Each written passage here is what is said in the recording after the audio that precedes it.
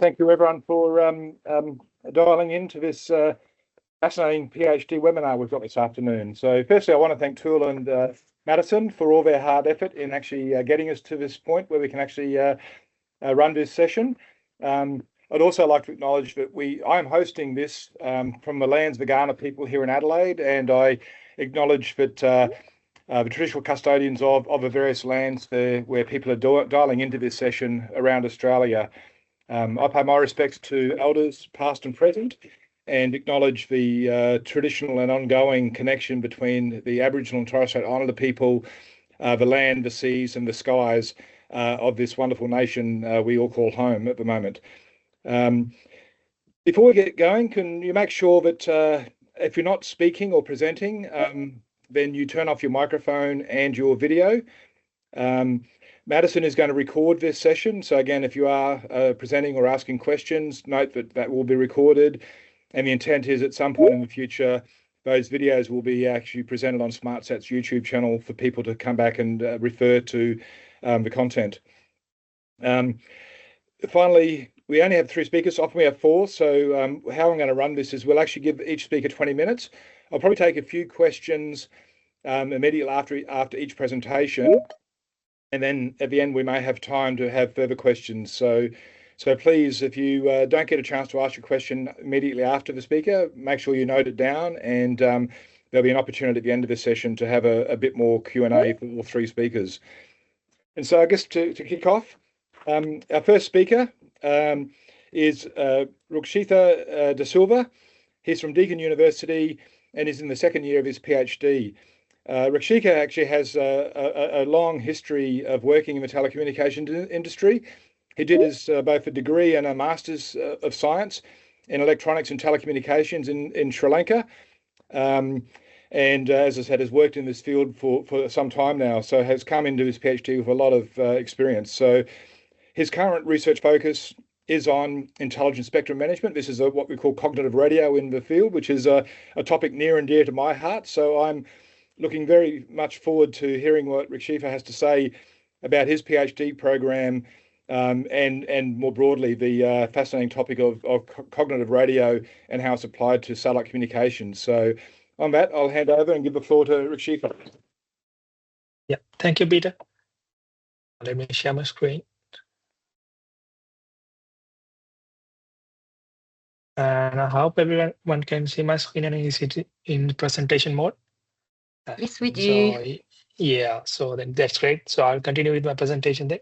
So thank you, Peter, for the introduction. So as he mentioned, I'm Rakshitha from a 2nd year PhD student from University of Deakin School of IT. My principal supervisor is Dr. Shiva Pokral. So in this presentation, I will try to give a background overview of my research work, and then I will go through 2 studies which we have done so far. So considering the broader audience, I have omitted all the nitty-gritty mathematical details and advanced stuff behind the studies. So hope that will be okay. Okay, so we are part of the SmartSat CRC's Cognitive Satellite or CogSat project, and our project responsibilities are shared among 3 other universities in Australia. So the project end goal is to deliver a working cognitive satellite system with intelligent capabilities to optimally utilize the satellite spectrum. So our scope is highlighted in this figure, in which we, as an overview, we are responsible for developing intelligent spectrum management approaches for emerging cognitive satellite systems. With leveraging machine learning and artificial intelligence, or ML and AI. So my research work is designed around these set goals. So cognitive radio is a breakthrough technology that allows devices to intelligently detect and adapt their surrounding radio environment. So this ability ensures more efficient use of radio spectrum, which is becoming increasingly crowded. For example, in USA, UK, and India, TV white space or TVWS is the unused spectrum between TV channels are being tapped into to deliver internet. So cognitive radio systems enable opportunistic spectrum access where the devices can dynamically detect available frequencies and use them without interfering with primary users. through channel estimation and interference prediction techniques. Further, it also supports concurrent spectrum access, or CSA, where different systems share the spectrum simultaneously under controlled interference. So this is managed by predicting channel conditions and interference using techniques like channel estimation, which allows for improved control through performance margins. Central functionality of cognitive radio is learning. This enables the system to continuously adapt and improve based on environment it operates in. Machine learning and AI plays a crucial role in this context by enabling better classification of signals, decision-making processes, and overall optimization of the spectrum use. So regulatory bodies like International Telecommunication Union, or ITU, the main regulated body for satellite spectrum management, has identified this advantage in machine learning of AI and machine learning in satellite communication networks. And the technical specifications reports such as S.2357 and S.2361 provide operational guidelines for the use case of AI for specific cases in satellite communication. And another important background concept is frequency reuse among multi-orbital satellite networks. This refers to reusing frequency of one satellite network by another. In my current studies, I have mainly focused on reusing geo satellite transmission frequencies in LEO satellites. So this opens doors for multiple commercial and defense applications, as this approach can improve the spectral efficiency of the overall satellite network. Frequency reuse concept in these multi-orbital satellite networks is not only a conceptual approach. It has been identified by regulatory bodies like 3GPP to improve spectral efficiency in non-terrestrial communication networks, and also LEO satellite operators such as Skybridge and Telesodic has try to commercially integrate this concept in their networks, which were unfortunately not commercialized. Okay, so let's first, since you have a background understanding of what I'm doing, so let's move into first technical problem that we have explored.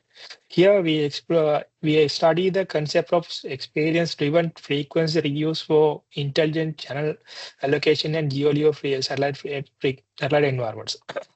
Our primary objective is to develop a dynamic spectrum allocation, or DSA algorithm, that enhances spectral efficiency in such coexisting networks. And an illustration of this network is of interest is shown in figure 2. To achieve this, we leverage cognitive radio techniques to dynamically manage the frequency reuse and mitigate interference between GEO and LEO satellites.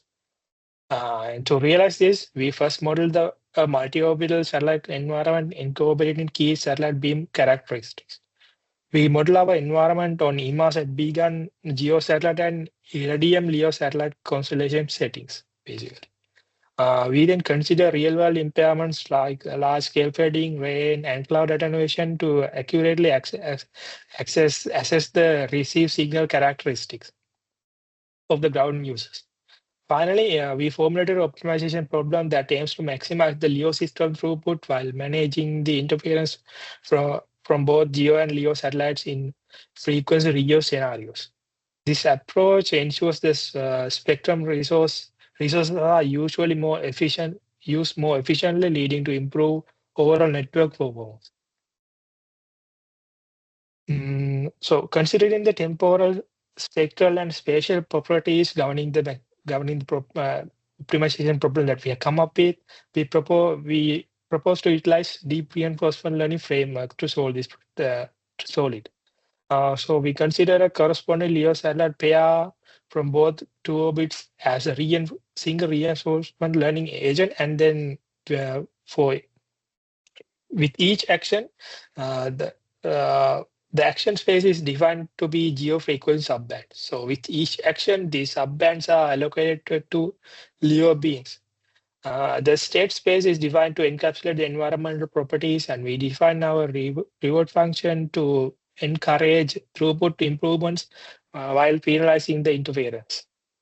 So next, we leverage A2C, Advantage Actor Critique, algorithm, a well celebrated algorithm in literature introduced by OpenAI and Google DeepMind teams to solve this problem of interest of ours. So, as the name implies, A2C contains two networks, actor and critic, which works together to find the optimal policy for a defined Markov decision process. Actor is a policy function which suggests actions, and then critic comments on the selected action's accuracy. So A2C has shown remarkable performance under complex environments such as satellite communication networks. Further, we introduced a novel approach of continuous transfer learning, taking the advantages of LEO orbital movements and inter-satellite links. So we designate approach called leader followers, designate leader follower satellites as illustrated in this figure 4, and leverage inter-satellite links to share the train model of the leader LEO satellites with follower LEO satellites. So this guarantees the efficiency in training with faster convergence and reduce the computational cost, which is a limitation in compact modern satellites. Further, it provides an incremental A2C learning with continuous improvement. And it also provides a guaranteed quality of service to the ground user through this A2C model. One challenge in adapting this machine learning to solve satellite communication problems like this is lack of data. So therefore, to tackle this problem, we develop a humanized 2D projection of the multi-orbital satellite network, which is given in figure. Snapshot of that develop humanized approach is given in figure 5. Here, each circle is a coverage area of a satellite beam, and each color represents a different frequency subband. So, and these squares and triangles refer to GEO users and LEO users. So, this with this humanized model, we train our A2C approach. So our results in our trained results indicate that the proposed A2C scheme achieves significant performance over suboptimal spectrum dynamic spectrum aggregation approaches such as random and epsilon 3D, respectively shown in figure 6 and 7 here. So as shown in subplot A, we can clearly see a significant improvement in our average LEO user throughput resulted by the interference reduction at the LEO users, which is illustrated in subplot B. So it is, I mean, if you see this clear, if you see this clearly, you can see that some of the total elimination of interference in LEO users at some time slots. So subplot C show the average GEO user throughput improved gain through the interference reduction at the GEO user at GEO user shown in subplot D. Okay, so let's move on to the next research question. So while large language models like ChatGPT are widely known for their applications in natural language processing, their utility expands far beyond that. So LLMs have shown promising results in fields such as robotics, biomedical engineering, biomedical applications, and networking, where they have been used to enhance system performance. So, however, when it comes to satellite communication and spectrum efficiency, the idea of pre-training and fine-tuning LLMs for the specific purpose remains largely unexplored. This presents a significant opportunity for innovation. So we have, LLMs could be, because LLMs could be leveraged to learn from vast amount of spectrum data and optimize spectrum allocation in ways that haven't been considered before. So given the dynamics and unpredictable nature of satellite networks where conditions can change rapidly, LLMs have the ability to generate and adapt to new unseen environments, making them particularly well suited for cognitive satellite applications.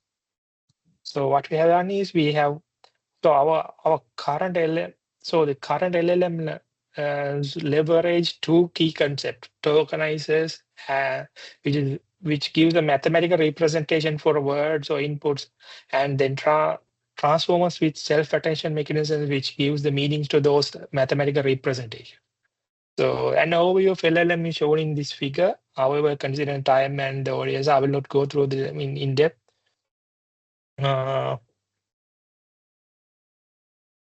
So in this research work, our target is to explore the advantages of that LLM can bring to cognitive satellite frameworks. So to realize this, we develop a framework to extract radio and environmental parameters of secondary users in LEO coexistence satellite environment, and then we propose a reinforcement learning-based pipeline to train a LLM on experience.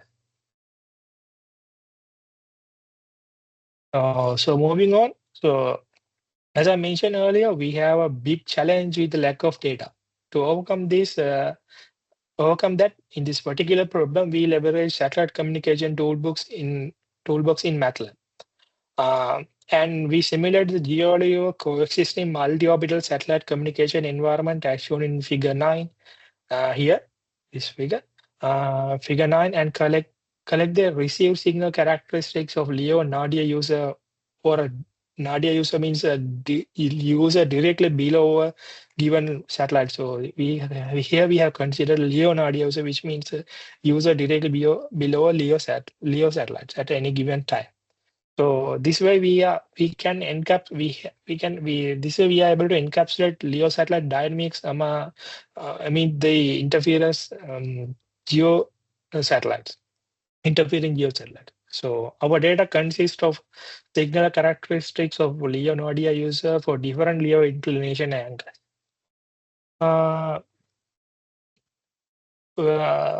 What we are trying to achieve here is intelligent and dynamic reuse of geo transmission frequency in LEO satellite, like I mentioned earlier. So what next? Then next we leverage this data to fine tune an LLM to make intelligent dynamic spectrum allocation decisions. First, we run them through a trainable linear layer to project the features extracted from the token-like embeddings that can fed into LLMs. Next, we leverage a low-rank adaptation approach to constrain fine-tuning process to a small number of parameters for more efficient adaptation. So this also enables a fast and efficient training considering the billions of parameters LLMs have. Finally, a network head is designed as a trainable linear layer to predict task-specific answers based on LLM output features. So our LLM adaptation approach is summarized in figure 10 here. So these are our evaluation results. As a baseline here, we have comparing action prediction accuracy of 5 large language models here, namely Llama 3, Llama 2, OPT, GPT-2, T5, to deep Q network, or DQN, which is one of the pretty common deep reinforcement learning approaches. So we model and train this DQN based on the same data set, which with the same state, action, and reward tuples. So as shown in figure 11, our fine-tuned LLMs have performance improvements over the baseline DQN, apart from this in the case of Llama 2, which is considered as a suboptimized large language model in the industry now. So figure 12 shows the trainable parameter percentage compared to the total number of parameters of each LLM. So GPT-2 and T5 has a bit of higher trainable parameter percentage, as their total number of parameters are in millions, not in billions like other three. So in our future research work, we are planning to explore federated learning and other distributed learning methods to develop efficient distributed dynamic spectrum allocation algorithms, considering the overall distributed nature of the satellite networks which we are exploring. So that's it from my end today. So thank you everyone for your attention, and I'm open for questions. Thank you, Rakshitha. If anyone has a question, please raise your hand.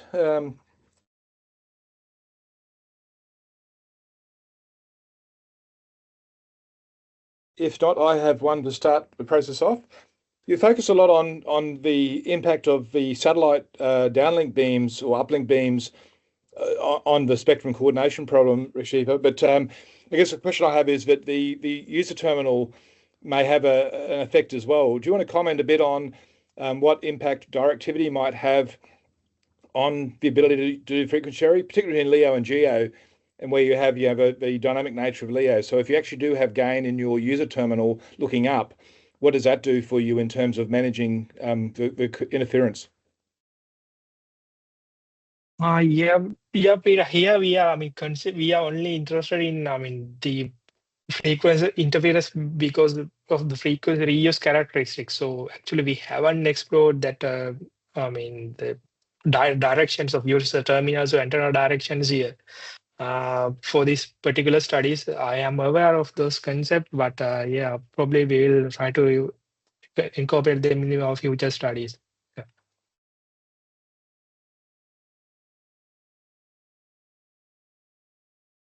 I can't see any more questions coming off from you. William, yes. Yeah, thank you so much for the great presentation. Yeah, it is very interesting that you want to apply LLM for satellite communications, but I'm not very clear on which kind of applications do you want to solve with LLM. Thank you.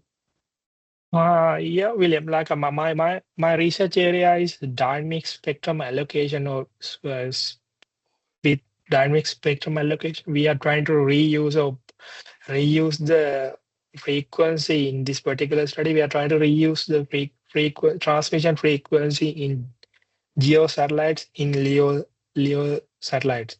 So with this approach, utilizing LLMs, we can come up with like a single AI model for dynamic spectrum allocation, as well as other approaches which can be used to improve this overall network productivity of a LEO satellite system. Let's say it want to generate configurations to dynamically change the network properties of a LEO satellite system, or then so those things can be incorporated into this single LLM.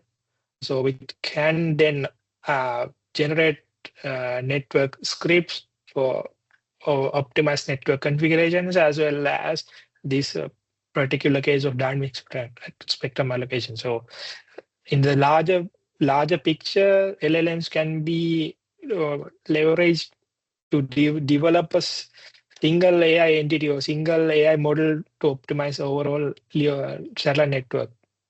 So that's the idea. So in this particular case, like I mentioned, we are only interested in dynamic spectrum allocation, frequency reuse of geo in LEO satellites dynamically.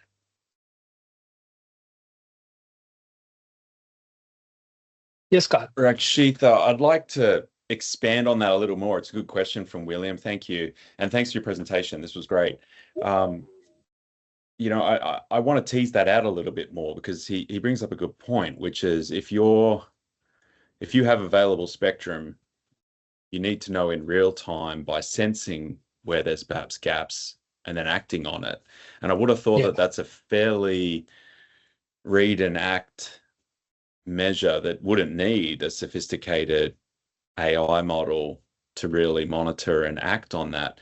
Are you predicting that you actually want to have some level of forecasting or some prediction of the available spectrum, and that's why you want an LMM?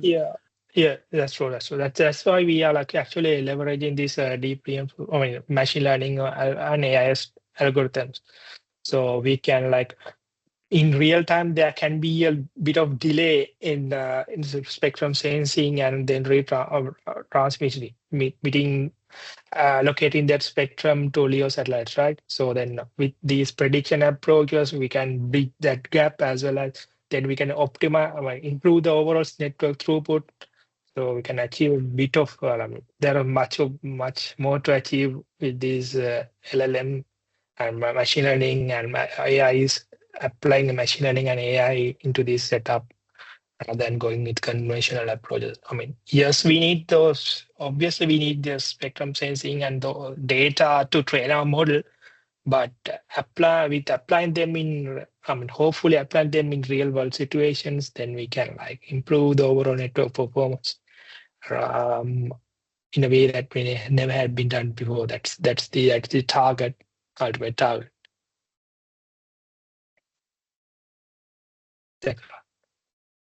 So I'd like to ask a kind of related question, because I think it is an interesting part of your research is looking at these predictive models. I guess the question I have is have you looked at whether other paradigms might provide a better match to the problem set? So, for example, there are a lot of techniques, sort of pattern matching and predictive techniques around computer vision that might lend themselves more appropriately to the problem of spectrum management. Have you looked at other kind of AI paradigms other than large language models in terms of trying to understand where there might be, I guess, opportunities to reuse spectrum? Yes, Peter. I mean, like I mentioned, like my first study, which I explained, used A2C, which is a deep reinforcement learning approach. I am aware of that what you mentioned, like time scales, time-based prediction approaches and classification and regression approaches, which we haven't explored yet. I mean, in the sense of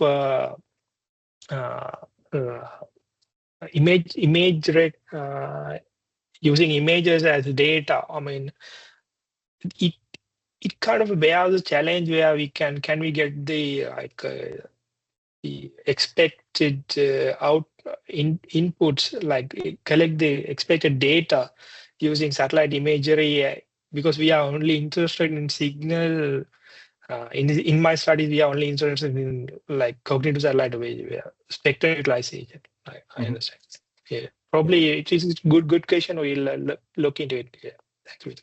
Okay, so I think we are probably now on time. So thank you, Rakshitha. If you can just turn off your screen share and if thanks, everyone can join me in thanking you for presentation one of the webinar this afternoon. Our next speaker is from the University of South Australia, Xiongren Chen, and he's a third-year PhD candidate, and his project is interpretable machine learning for early smoke wildfire detection. So he has a master's degree in computer science from University of Adelaide and a Master of Science in computational finance from the University of Essex, which sounds like an interesting topic. And his research is very much focused on the explainable machine learning in terms of how you use it to provide clear and understandable explanations of the conclusions reached by an AI system. And he's looking at applying this into the area of using machine learning for satellite images, applying computer vision techniques. He's already published 2 papers, and one of them has already been accepted by the Association for Advancement of AI, which is quite a prestigious international conference. So I look forward to hearing about your current PhD work, particularly in a critical area for Australia around how we can actually detect wildfires and bushfires much earlier than we currently do. So thank you, Xiongren. Thanks, Peter. Hi, everyone. My name is Xiongren from UniSA. I'm excited to share my PhD research with you today. My research focuses on machine learning, a field that has been growing exponentially over the last decade. Specifically, I'm interested in explainable machine learning, and my research objective is to improve explainable machine learning methods for early smoke wildfire detection. Our objective is to enhance the interpretability of image classification models by developing a precise pixel-level attribution framework. We will first evaluate our approach on standard benchmark datasets such as ImageNet, improving the clarity and reliability of model explanations. Once validated, we will extend our methods to real-world applications, specifically wildfire detection, to ensure that our attribution techniques provide actionable insights for critical decision-making, environmental monitoring. For projects summary, we have developed two methods. One is that we develop relevant IBA by combining information bottleneck attribution with layer-wise relevant propagation technique to produce a clear, more human, perceptually interpretable attribution maps as presented at the Big Data 2023. We also developed a theoretical framework for precision. We established a link between mutual information and MMC using diffusion models, enable the creation of high resolution pixel level attribution maps without Gaussian assumptions, Gaussian distribution assumptions. Our work has been accepted by AI 2025. Next step, we plan to apply these advanced expandability methods to classification models for detecting wildfire. My supervisors are Zhiyong Li, followed by Jishe Liu, Liu Ling, Tuk, Stephen Peters, Anthony Walsh. I think our work has some potential impacts. For example, we can enhance trust and transparency by delivering clear, more accurate attribution map. Our projects can significantly improve model interpretability. We also can have advanced theoretical and practical framework. The novel integration of diffusion models with information bottleneck theory not only provide a robust theoretical bias for understanding model behaviors, but also facilitates the generation of high resolution pixel level explanations. In this presentation, we are going to introduce our second paper, which is diffusion model for attribution published in AI 2025. Machine learning has achieved great success. However, it's difficult to explain how the decision was made by the machine learning models. The AI, especially the neural networks, is still a black box for us. So explainable AI is important because machine learning models can often consider black box that need to apply first to gain trust, clarity, the meaning of their errors, and clarify the reliability of their predictions. In the field of computer vision, we generally use the presentation of attribution map that shows the important score for each pixel of the input images. If there's a picture and this is a classification, that means the neural network made a decision, and we want to know which feature is important, and now we can use some methods to calculate important score for each features. Basically, we can use gradients.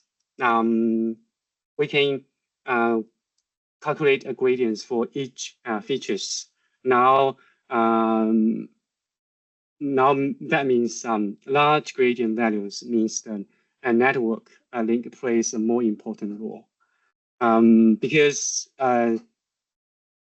once one feature, we made a very minor change in the input, may cause a very significant change in the output. We can say that feature is really important. That is a gradient-based method. However, gradient-based method may not fully capture the complex relationship between the inputs and outputs, particularly in deep neural networks. A gradient can vanish rapidly with increasing network depths. A phenomenon we called a gradient vanishing, or they might explode in certain area, leading inaccurate or misleading interpretations. So we can't use gradient for attribution because there are lots of limitations for gradients. And other is that we can use backpropagation techniques. Backpropagation based attribution methods means that we have a neural network, we have input, we have a decision. Now we can backpropagate our output layer by layer to the input, and we can see which input, which feature in the input is important. Just like it analyzes how information flows through the network by propagating signals backward from the output to the input, instead of directly use low gradients like gradient-based methods. They modified the backward path to refine the important signals. These techniques adjust how activations or relevant score are distributed layer by layer, ensuring more meaningful attributions. The example is that we have deconvolutional network. We have convolutional network, and we for forward pass. Now backward we have a deconvolutional network. Others is like we have guided propagation methods. We can use the backpropagation technique by discarding negative weights in a network, producing a pixel level heat map. However, these methods often restrict entire images, just like they think the background is important, so we can't use only use backpropagation technique to do the attribution. Other is that it's Chen-based methods. Chen-based methods identify important regions in your image by using the features map from the last convolutional layer of neural network. It assigns weights to the features map based on their importance for a specific class.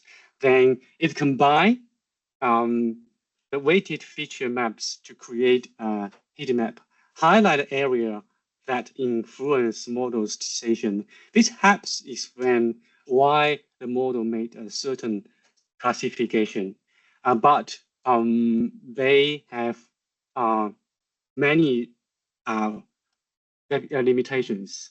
For example, the attribution map obtained by Chen-based methods are very low resolution because they just use the last convolutional layer. For example, for VGG 16 neural network, the last convolutional layer is 7 by 7 resolution. The input is about 224 times 224. So they just have a very low resolution attribution map in the last layer and scale up to the input to input layer. So we only can know which region is important, which regions are not. So we just need to more fine-grained attribution map So we need to develop more advanced methods for attribution. Another method is that we can use information bottleneck. Information bottleneck describe the relationship between input X, a complex representation Z, and output Y. The goal is to find Z that capture the most relevant information from X while keeping only what is necessary to predict Y. This is that should retain a minimum but useful information from X, reducing redundant. That means we can remove the unusable or redundancy, and we can keep the useful or relevant information in that. So just like a filter, for 5 features in R, we can use this filter to keep 4 and remove 2, which is not important.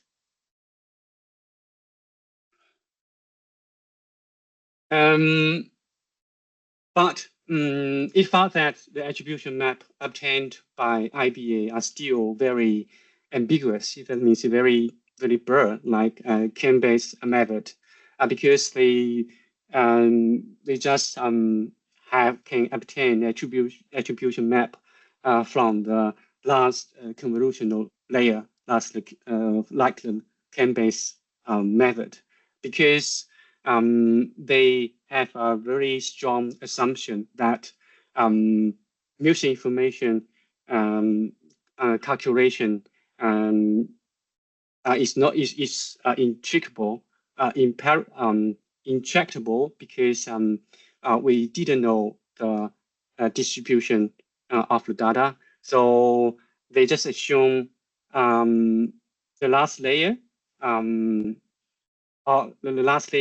the data or activation map or representation in the last convolutional layer is Gaussian distributed, but it's not real. So they can just have very broad attribution map, not a pixel level.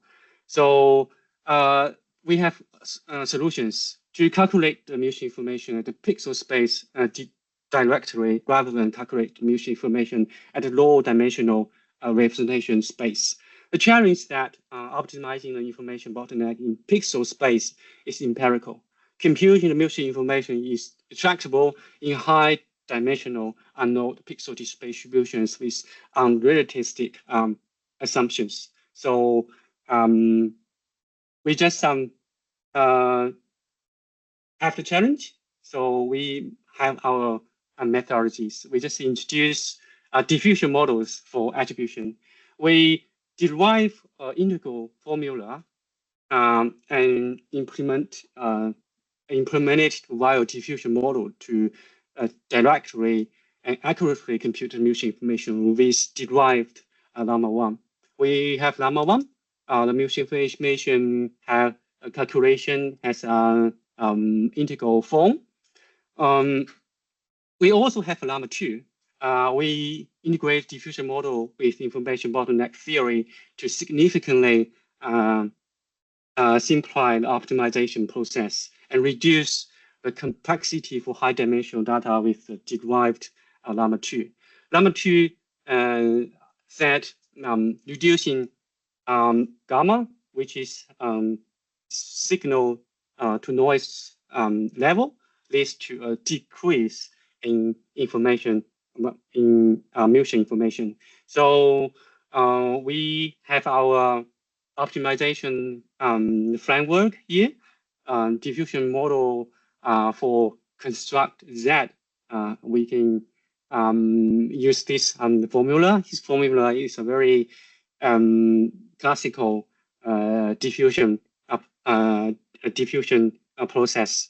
We can simplify the optimization process with this loss function.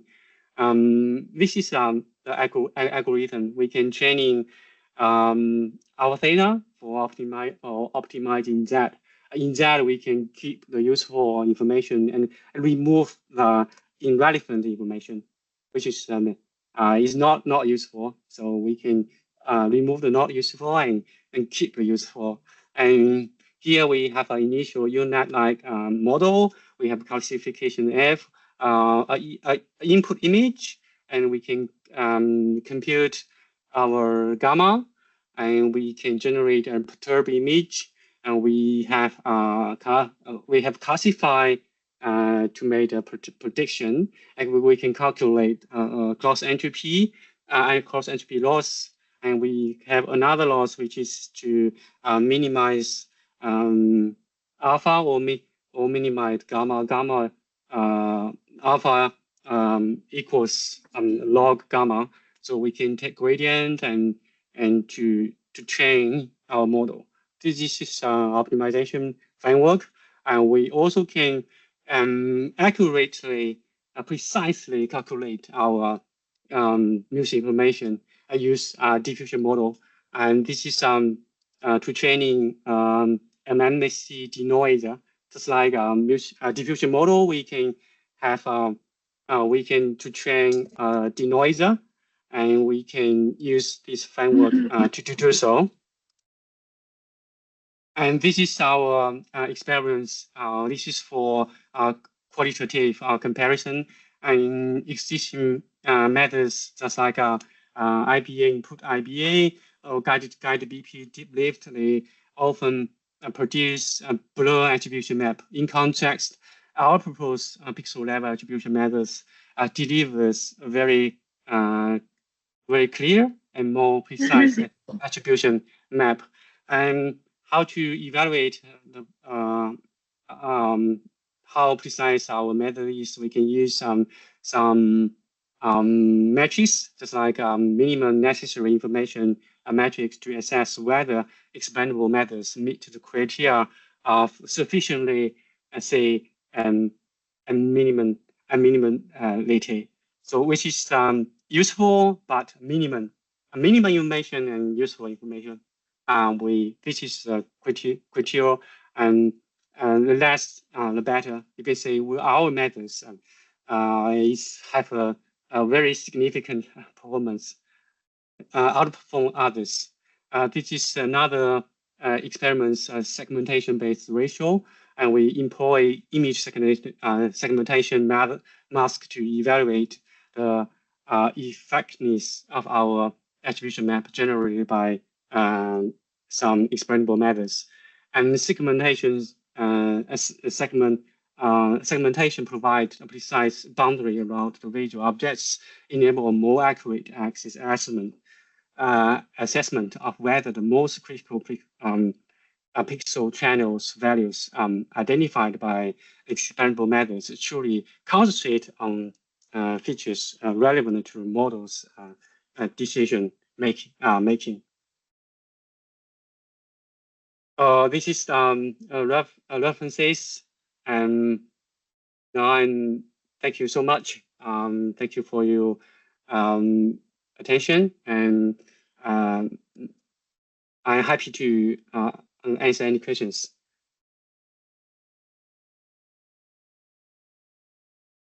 Okay, have we got any questions from the audience?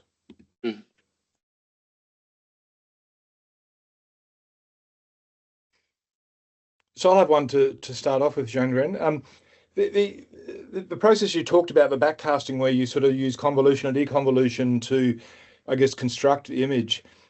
One of the thoughts that I had looking at that is, what happens when you actually lose information? So if you do lose some information through the convolution process, when you try to deconstruct or backcast, does that mean you kind of having a guess at trying to understand what you're seeing? Is that, or have I missed the point here? Okay. Back propagation method is just like we have a decision fx, or maybe we have a y, and we need to use the neural network. We trained to back propagate the y to the x, just like we we have input X, we have a Y. Now we need to backpropagate Y to the input X. So the thing is that we need to use the weights in the neural network. Sometimes the weights does not have a meaningful does not is are not meaningful. So we need to have some technique to do a backpropagation, just like guided propagation, just like discards negative weights in the neural network. However, they have some improvement, but they often produce entire objects in the input, just like they just they can produce attribution map, include a background, just like we have a word file images. They think the background, like mountains, like the sea, is important. So I think for backpropagation methods or deconvolutional network is not good for attribution. Okay. Any questions?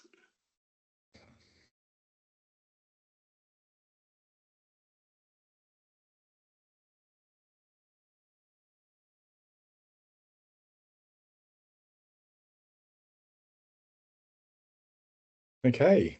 It looks like Eva, you did a fantastic job of explaining all that, or information theory is beyond most of our comprehensions. But it's certainly important work, Xiongren, in terms of how you understand when you are using machine learning to make decisions. Understanding how that decision was arrived at is absolutely critical. So it's a really important area of research. So well done. Thank you so much. Thank you.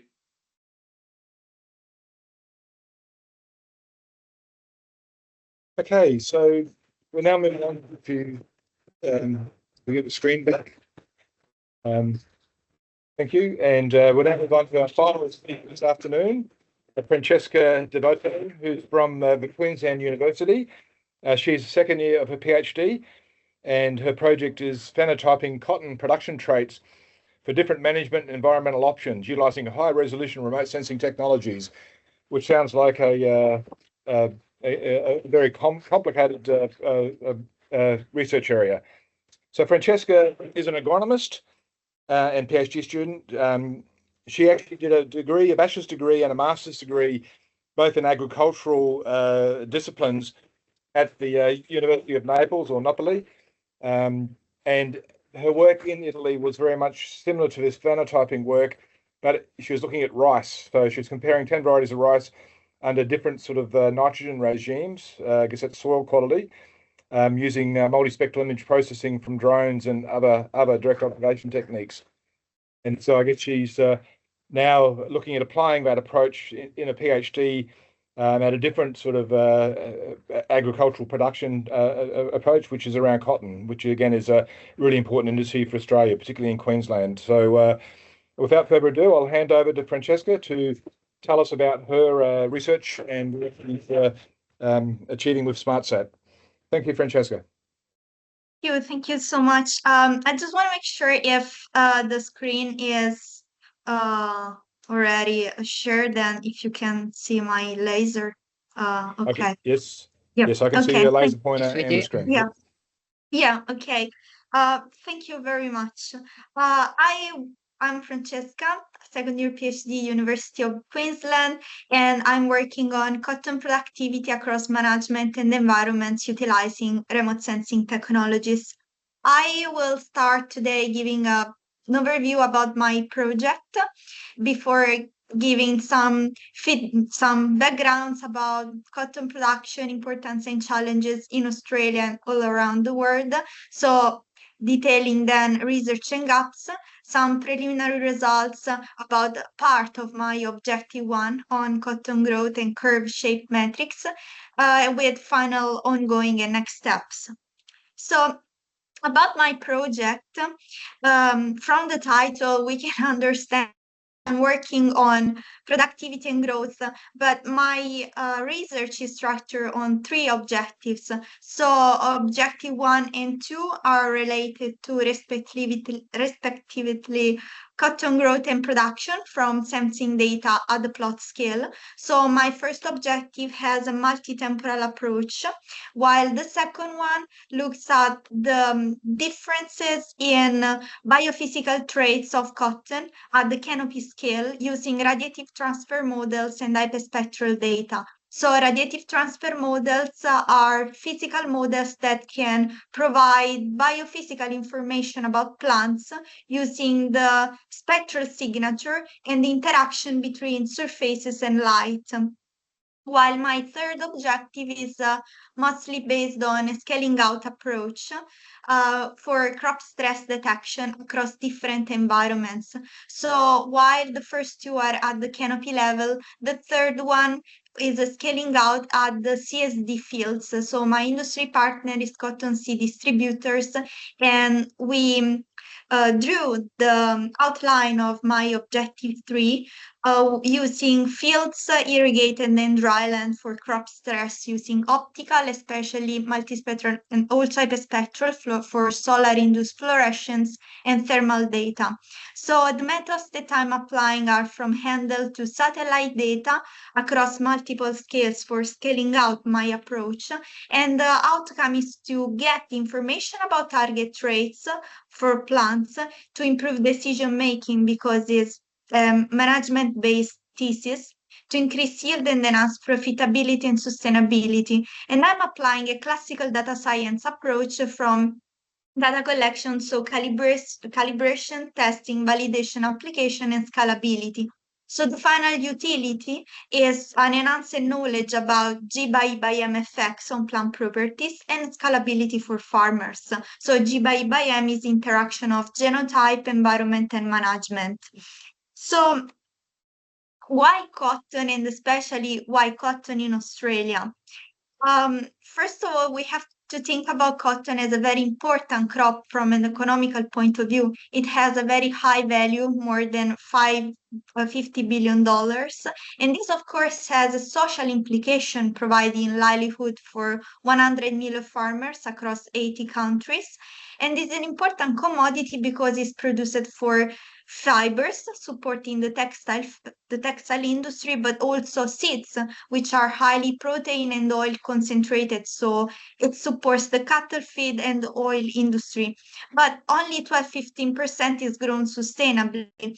And we can see from this map that I created using the data from USDA for the global cotton production 2023-2024 that the main producers were China, India, Brazil, United States, and Pakistan, and Australia produced 4% of the global cotton production. So although it doesn't seem that it's a very big producer, actually is well known for the quality of cotton, which is very characterized by high strength of fiber and very white color cotton.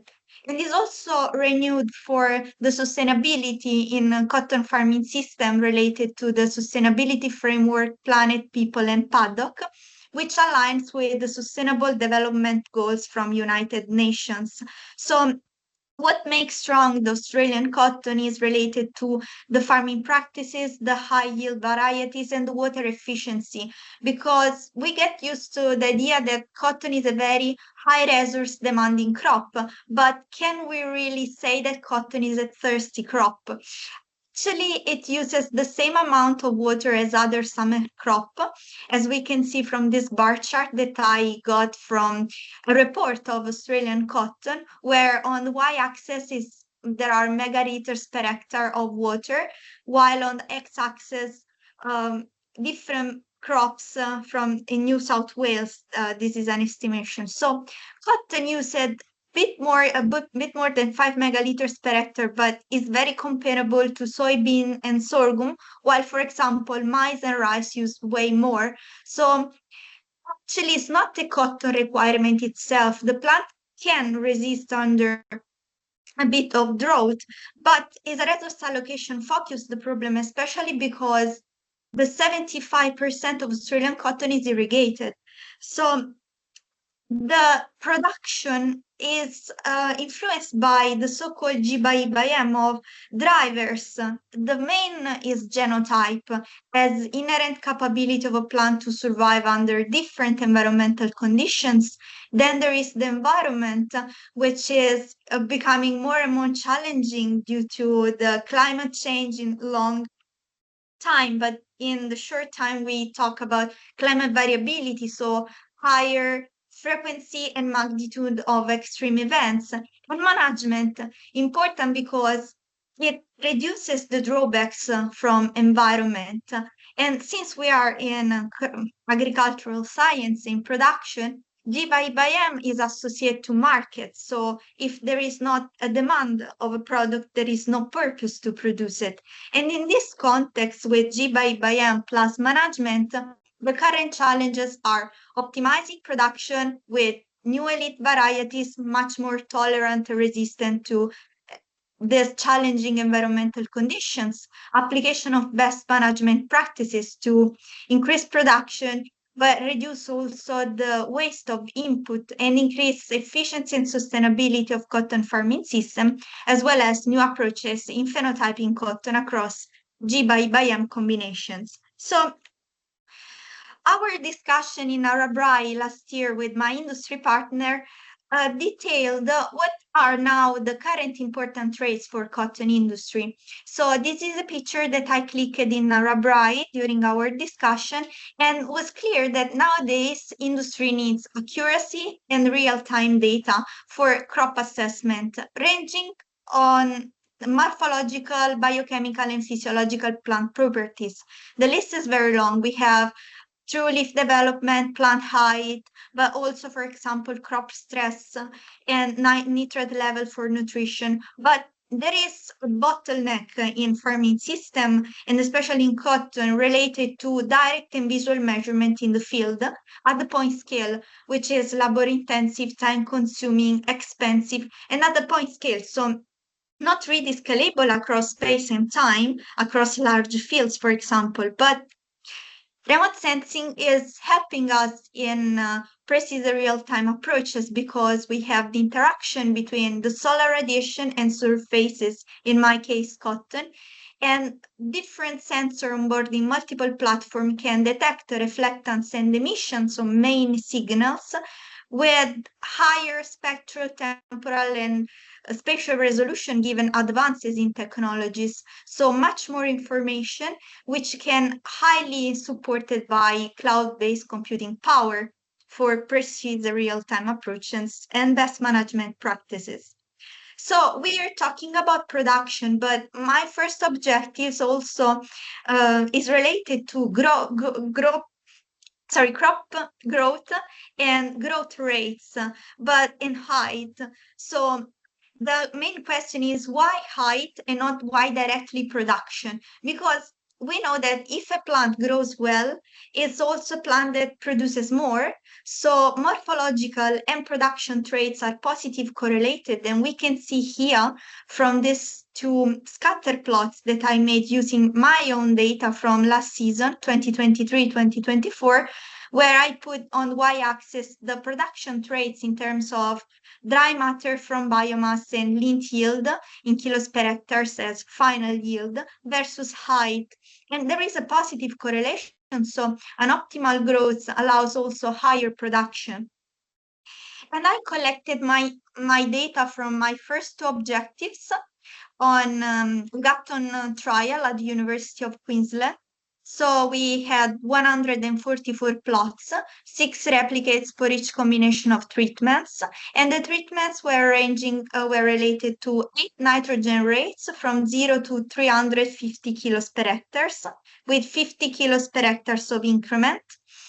Then 2 fertilizer applications, so or 1 upfront in pre-sowing or split between sowing and flowering, and to introduce variability in final yield because we had only one genotype, application of shedding cloths. So from flowering with 10 days of intervals. So the sheddings induce a ball shedding, so a direct influence on yield. Each plot was 12 meter long, 6 meter width with 6 rows. And for height, I randomly selected 2 replicates out of 6, and I marked my plots with 2 sticks, 1 2 meters inside between the 3rd and the 4th rows, because those were the targets for final yield, and also I wanted to avoid the border effect, and another one 3 meters inside, and a label to recognize my plots. And I collected height at the peak canopy. But in addition to my direct observation, I also had 8 multispectral plus thermal images across the entire season. So from each image, I extracted my morphological and biochemical information, so vegetation indices, as well as canopy height related features from the 3D point cloud.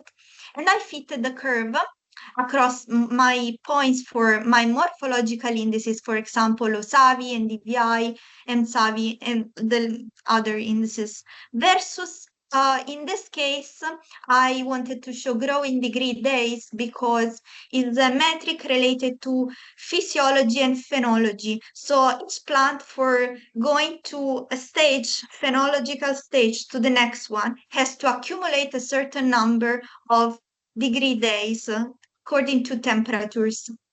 And in this case, the plot takes into account the physiology and the phenology. That's why growing degree days.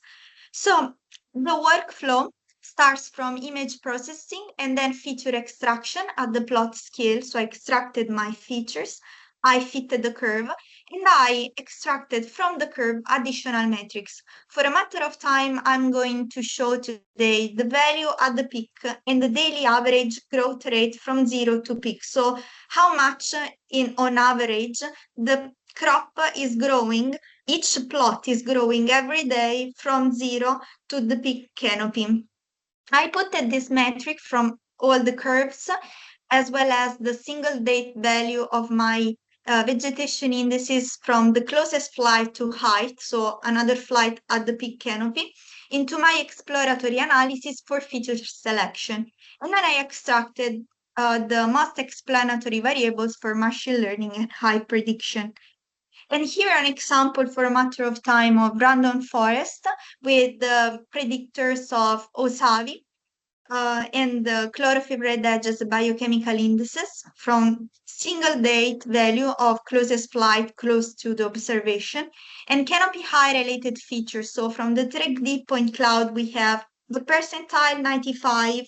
So basically this metric sorts all height values and gets the value at which 95% of measurements are below. Is basically a direct estimation of plant height, while volume height is a sum of all height values multiplied by the area of each pixel of, that is interested by the crop. And then, so it's basically an estimation of the total volume is related to the plant. And then after curve fitting, I found that for single date extracted, I can basically extract in each point, but here I will show the value of EVI at peak, which performed better. And as a multiple date feature from the curve shape, the daily average growth rate from the DVI curve. And I put it into the random forest. Here, for a matter of time, I'm showing this with 70-30 splitting, which performed very well in predicting it versus observed height. So I'm carrying on my analysis now on growth rate and height, but at the same time, I'm looking also at productivity traits in terms of biomass and yield. In this case, I'm integrating the curve shape matrix and a single date extracted in each point with the area under the curve. So by fitting a curve, I can also extract from 0 to each point the area. In this case, from 0 to the day of maximum growth rate, where we had the peak, then from 0 to the peak canopy, and until the day of biomass cuts, and then until the harvest. So we can see actually two comparisons of plots here, plot 1 and plot 3 with the picture. So the with Osavi versus growing degree days. So here plot number 1 had less nitrogen than plot number 30. So also the phenotypic traits of morphological was different. Then I will derive conclusion about best model and best metrics for predicting morphological and production traits from single and multiple date sensing metrics. Thank you. Any question?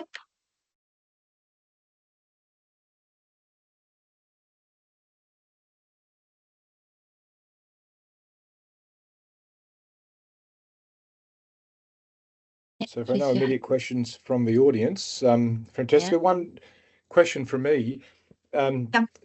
Just the thought occurred that when you're looking at the sort of modeled versus predicted versus actual, other variables could affect that. I mean, the results look very, very good, but for example, would pests in some way potentially affect the productivity of the crop, and could you measure that by remote sensing? Well, the trial last year was very clean. Cotton is a very high cared crop, so it's very difficult finding a lot of effect of pests. Of course, if we have, for example, let's put in the idea that we had a very high impact of environment, can be mainly water. That's why in the third objective, I'm looking at water stress, but can be diseases. These are the two main effects. Definitely, we can see a difference in growth curve. So mainly a plant that had less water, and I could see this this year with dryland and irrigated field. It was evident that some fields were very developed. The crop was very high, very tall. In another case, the crop was very small. So if I'm answering your question, am I taking into account the external environmental effect? Well, I could. In this case, we had different nitrogen rates, but was only one trial. So next year, and with the data from this and next season of Objective 3, the scaling out approach included also the growth rate. So the idea is to understand how this model works here, and then using satellite data, especially we are thinking about Sentinel and Planet, but Sentinel mostly for the entire field, and get the curve shape to understand and compare different fields and to understand if there is also an effect that we can detect from satellite. Did I answer the question? Yes, thank you. Okay. Thank you. Okay, Carl's first, then Fabrice. So Carl, over to you. Thanks, Francesca. That was fantastic. Really good to see. Nice presentation. And I like the direction you're going here. And I think you answered actually my question there in your second part, which was, I understand everything you've done to date has been with in situ and aerial high resolution imagery. Is that correct? You haven't done anything yet with satellite? UAV data, not yet satellite. I was exploring the planet data, but for this objective, I'm using the UAV. Yeah. And that's what I was curious about was, do you have a feel for just how high resolution you actually need to be able to do this from satellite data? Sorry? What sort of resolution do you need? Do you have an idea of what sort of resolution you need from a satellite data to actually achieve this? Oh, well, in this case, if I want to use satellite data on this field, since the plot is 12 meter by 6 meter, I definitely use the Planet, but I didn't like so much the spectral resolution. So that's just an exploratory analysis for my objective 3, which is related to commercial fields ranging from 30 to 60 hectares. And during my master thesis, I also did an exam on remote sensing, and we used satellite data for fields. So it's something that we can use and monitor crops across time. So I'm not that worried about a large scale, because on fields I can definitely use Sentinel ranging with 10 meters spatial resolution is good. With the small plots, yeah, definitely the planet data, 2.5 meters spatial resolution can be enough, but needs to be careful to overlap properly with the plots, avoiding the soil background. So in this case, I'm using my images. Yeah, UAD. this is fantastic. Can we actually go to can we go to slide 12, if I may? Well, actually, no, leave it on that one. That was good. Slide 9 is good. The last question I have for you, which is perhaps a quick one. This seems, particularly given it's so many growing days, like it's a long duration, it seems fairly data sparse. Like you don't have actually that many data points here to fit and make this curve. Is that because you're actively trying to do it sparsely so that in the future when we're remotely sensing it, we can do it sparsely as well? Or is this just a limitation of how much data you could actually get? Like, wouldn't you want much higher resolution or much higher sampling, sorry, in this case, to get this curve nice? Okay, that's a good question. Because about growing degree days, the thing is, these are calculated mathematically using the 1536 equation from the Australian Cotton Manual.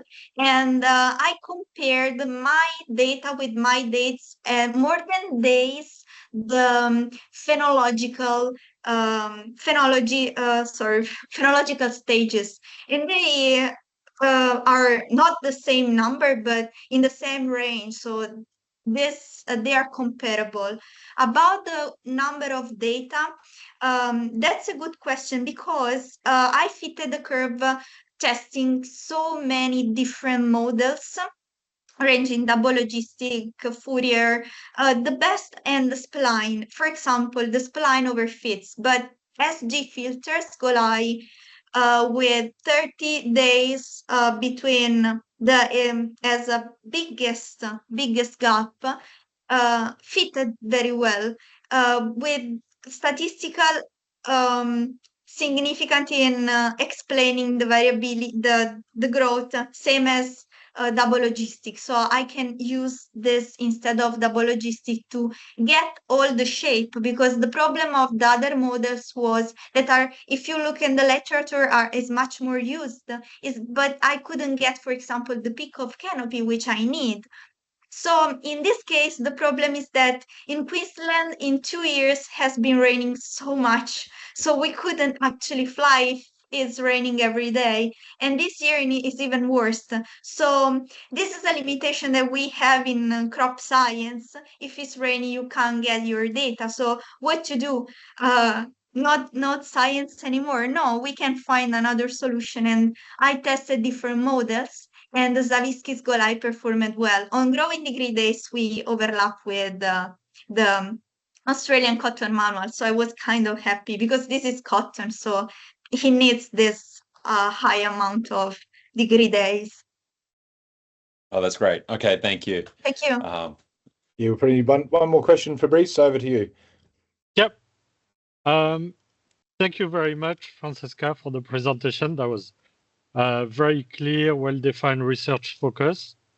I like the use of innovative technology. The fact that you're also looking at the high, that's not common, and also the solar induced chlorophyll fluorescence. So that's great. Peter asked the question I wanted to ask, but instead of disease and pest, I would add, did you look at heat stress as another stress factor?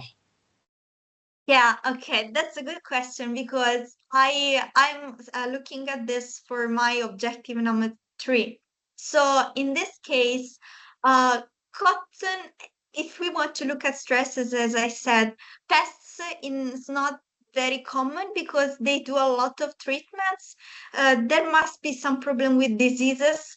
Fusarium, for example, there was a trial field here with that problem. But the main thing is irrigation, water.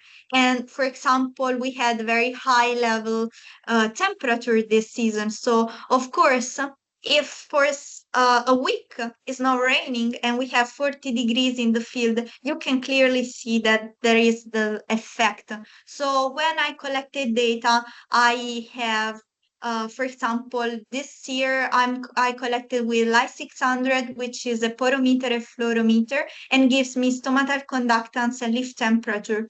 So if I collect the data at midday or early in the morning, the temperature will be different, but I need the weather station. So of course, if I can relate, when I look at crop stress, I will relate that also to the temperature, and if there is for example, an effect according to the time of day, but it would be of course related to the ambient temperature because that has an effect.